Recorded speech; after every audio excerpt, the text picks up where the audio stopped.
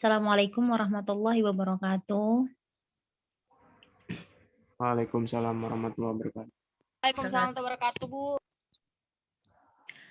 Apa kabar kalian hari ini? Alhamdulillah baik, Bu. Alhamdulillah. Sebelumnya Ibu minta tolong kepada kalian untuk on kameranya ya. Ibu pengen lihat orang-orang yang semangat menerima pelajaran hari ini. Sudah semua ya? Sudah, Oke. Bu. Sebelum kita mulai pelajaran, alangkah baiknya kita berdoa terlebih dahulu. Ibu minta tolong kepada salah satu dari kalian untuk memimpin doanya ya. Kalau boleh ketua kelasnya aja, Muhammad Rifki.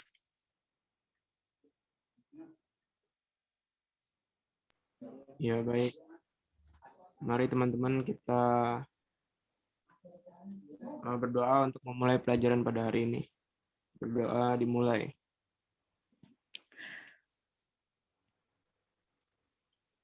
Amin. Selesai. Oke, terima kasih ya Rifki. Oke, baik. Selanjutnya Ibu absen dulu kepada kalian. Hari ini ada yang nggak hadir atau hadir semua?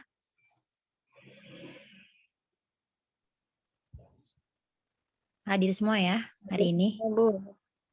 Ya, alhamdulillah. Oke. Sekarang Ibu akan menjelaskan apa materi kita hari ini, yaitu tentang adab-adab membaca Al-Quran. Ada yang ingat materi yang kemarin tentang tayamum? Saya, Bu. Tayamum adalah pengganti wudhu. Oke, terima kasih Aryani. Nah, sekarang kita memasuki di materi yang baru adalah adab membaca Al-Quran. Yang pertama adalah adab. Di sini pengertian adab adalah adab norma atau aturan mengenai sopan santun yang didasarkan pada aturan agama Islam. Jadi adab ini tidak hanya di dalam adab-adab membaca Al-Quran, tetapi dia kita terapkan adab-adab ini dalam kehidupan kita sehari-hari. Misalnya adab makan, adab minum, adab masuk WC, adab terhadap orang tua, dan lain-lain. Yang kedua adalah Al-Quran dan membaca Al-Quran. Membaca dalam bahasa Arab adalah qiraah. Ia merupakan bentuk masdar dari qara'a. Kata Al-Quran juga merupakan bentuk masdar kedua dari qara'a yang artinya memadukan atau mengumpulkan. Sementara Al-Quran secara terminologi berarti firman Allah Subhanahu wa taala yang diturunkan kepada Nabi Muhammad SAW yang membacanya merupakan bernilai ibadah. Membaca dibagi menjadi dua, yaitu tilawah lafzihi dan tilawah hukmihi. Tilawah lafzihi yaitu membaca Al-Quran dari segi-segi lafalnya. Yang pertama adalah mengetahui makhrijul huruf atau tempat keluarnya bunyi huruf atau lisan. Yang kedua adalah sifat-sifat huruf Al-Quran. Yang ketiga adalah mempelajari hukum ilmu tajwid agar bacaan tilawah yang dilakukan menjadi bagus. Yang kedua adalah tilawah hukmihi, yaitu membaca Al-Quran dari segi hukum-hukum yang telah ditetapkan oleh Allah dengan cara menjalankan perintah-perintahnya dan menjauhi seluruh larangannya yang telah disebut dalam Al-Quran. Jadi tilawah lafzihi ini dia menjelaskan bahwa dia termuat ada 3 seperti hukum tajwid, makhrijul huruf, dan sifat-sifat Allah. Ini dia berlaku kepada orang-orang yang baru belajar Al-Quran atau kepada anak-anak kecil atau kepada orang-orang yang mu'alaf. Nah, kalau tilawah hukmihi ini dia menjelaskan bahwa di dalam Al-Quran terdapat larangan dan perintah-perintah Allah. Yang berikutnya adalah dasar perintah membaca Al-Quran. Di dalam Al-Quran Allah Subhanahu wa taala berfirman dalam Quran surah Al-Alaq ayat 1, Iqra bismi rabbikal ladzi khalaq, yang artinya bacalah dengan menyebut nama Tuhanmu yang menciptakan. Sementara di dalam hadis tidak hanya Allah mengatakan, tetapi ada hadis Nabi dari riwayat Abu Umamah, dari Abu Umamah ia berkata, aku mendengar Rasulullah Shallallahu Alaihi Wasallam bersabda, bacalah Al-Quran, maka sesungguhnya ia akan datang di hari kiamat sebagai syafaat bagi pemiliknya. Jadi kita membaca Al-Quran ini, jika kita sebagai seorang Muslim wajib membaca Al-Quran karena Al-Quran akan datang di hari kiamat sebagai syafaat atau penolong bagi kita yang membacanya. Berikut adalah inti dari materi kita ini adalah adab-adab membaca Al-Quran. Agar bacaan yang dibaca berkualitas dan khusyuk, maka seorang muslim harus memperhatikan adab-adab membaca Al-Quran. Yang pertama adalah orang yang membacanya. Orang yang hendak membaca Al-Quran agar berwudu terlebih dahulu dalam posisi sopan dan tenang dengan menghadap kiblat serta posisi kepala menunduk menghadap Al-Quran. Jadi bagi kita ingin membaca Al-Quran, terlebih dahulu kita harus bersuci karena kita menghadap Allah, dan kitab ini adalah kitab yang paling suci, mukjizat dari Allah. Jadi sebelum kita membaca Al-Quran, terlebih dahulu kita mensucikan diri, berwudu dalam posisi sopan dan tenang dengan menghadap kiblat. Yang kedua adalah ukuran bacanya. Dalam baca Al-Quran khususnya yang terkait dengan banyak atau sedikitnya. Jadi yang dimaksud dari ukuran bacanya ini adalah ini tergantung dari kitanya. Yang penting tiap hari atau dalam waktu kosong kita harus membaca Al-Quran. Berikutnya adalah murotal. Disunahkan dalam membaca Al-Quran dilakukan dengan murotal. Membaca murotal berarti membaca secara perlahan, tidak serampangan dan tergesa-gesa. Jadi murotal ini, membaca murotal ini dianjurkan oleh Allah atau lebih dari 1/2 itu. Dan bacalah Al-Quran itu dengan perlahan-lahan. Jadi kita membaca Al-Quran ini tidak harus tergesa-gesa, terburu-buru. Seperti itu. Jadi kita harus membaca dengan perlahan agar kita bisa memaknai apa yang ada di dalam Al-Quran. Yang berikut adalah menangis. Ibu minta tolong kepada Ade Siti Dirakania membacanya bagian menangis ya. Baik, Bu.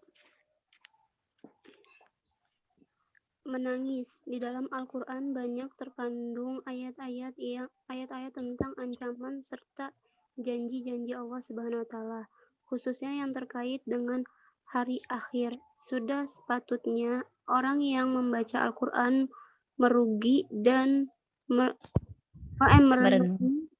meresapi kandungan ayat-ayat tersebut sehingga secara tidak disengaja akan keluar dengan sendirinya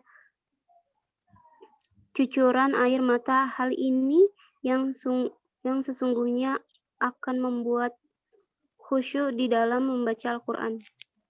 Sudah, Bu. Oke, baik. Jadi maksud dari menangis ini yaitu adalah kita pada saat kita membaca Al-Quran, di dalam Al-Quran itu terdapat banyak-banyak cerita dari para rasul dan lain sebagainya. Berarti jika kita membacanya berarti kita merasa keanugerahan tersendiri. Jadi apa yang ada di dalam Al-Quran itu sangat bermanfaat bagi kita untuk membacanya. Yang berikut adalah memperhatikan. Memperhatikan ini Ibu minta tolong kepada Aryani untuk membacanya ya. Baik, Bu. Memperhatikan hak-hak ayat. Di antara adab membaca Al-Quran adalah memperhatikan hak-hak ayat. Hak-hak ayat yang dimaksud di sini bukan terkait dengan makhraj atau tajwid karena hal tersebut sudah dibahas di atas. Hal ini terkait dengan ayat-ayat sajadah. Apabila seseorang membaca ayat sajadah, maka hendaklah ia tidak melanjutkan bacaan, melainkan ia melakukan sujud terlebih dahulu. Oke. Ya, artian dari memperhatikan ini berarti hak-hak ayat. Berarti jika kita mendengar orang yang membacanya atau kita sendiri yang membaca Al-Quran yang termuat ada ayat-ayat sajadah, maka kita harus bersujud karena di dalamnya ada beberapa ayat sajadah. Yang berikut adalah memulai membaca Al-Quran dengan ta'awudz. Dianjurkan bagi siapa saja yang hendak memulai membaca Al-Quran agar membaca ta'awudz terlebih dahulu. Jadi artian dari hal ini tersebut bahwa dianjurkan kepada kita seorang muslim dalam ingin membaca Al-Quran, kita harus bertawaf terlebih dahulu agar kita meminta perlindungan dari Allah agar tidak mendapat godaan-godaan syaitan yang terkutuk karena kita membaca Al-Quran itu kadang males, iya nggak sih? Terus nanti dulu deh nanti gitu. Padahal kita ingin membacanya tapi ada bisikan-bisikan setan yang bilangnya nanti aja gitu. Nah berikutnya adalah membaca dengan suara lembut. Ibu minta tolong kepada Fitri Aulia untuk membaca bagian dengan suara yang lembut. Baik, Bu. Nomor 9, membaca dengan suara lembut. Jadi membaca dengan suara lembut dengan tidak keras atau nyaring sangat dianjurkan khususnya bagi orang yang mengkhawatirkan timbulnya sifat riya. Sementara apabila tidak khawatir terjadi riya dan tidak mengganggu orang yang sedang sholat atau dalam rangka syiar agama, maka membaca dengan suara keras dianjurkan karena hal tersebut lebih membangkitkan semangat bagi pembacanya.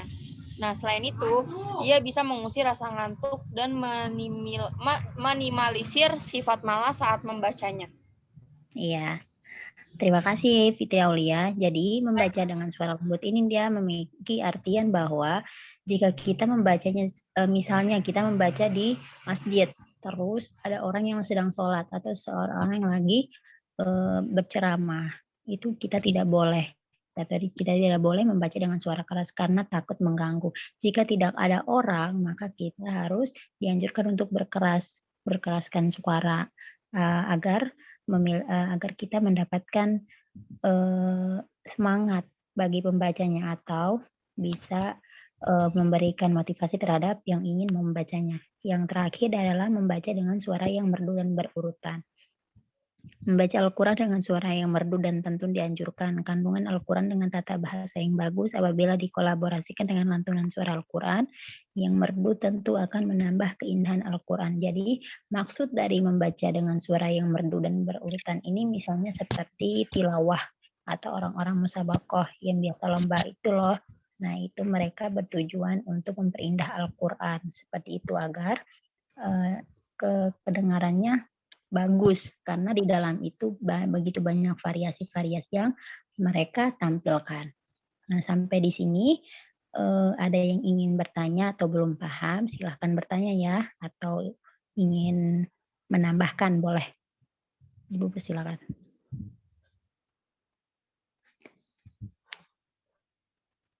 Saya deh Bu, Aryani Bu.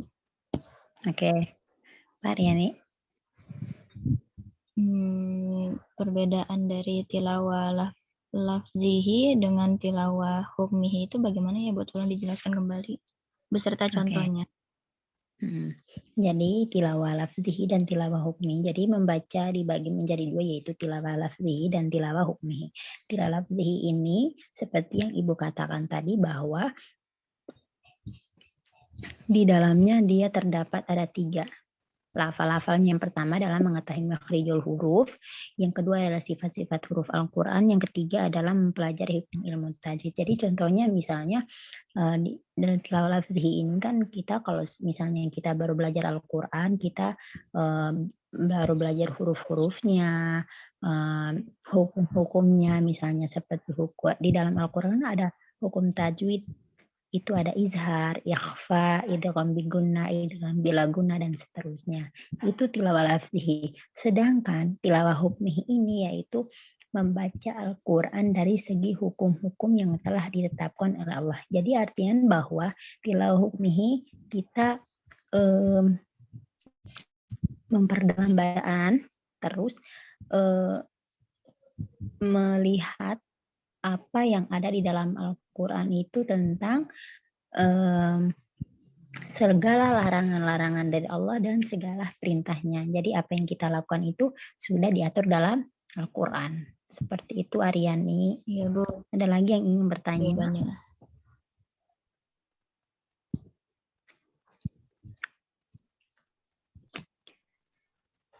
Udah ya?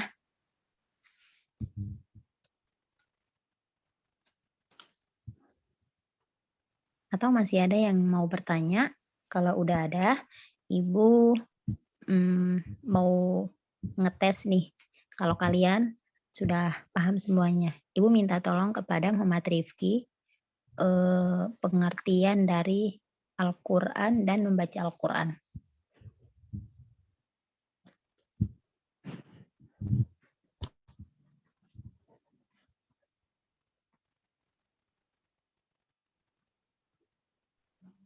Iya, Bu.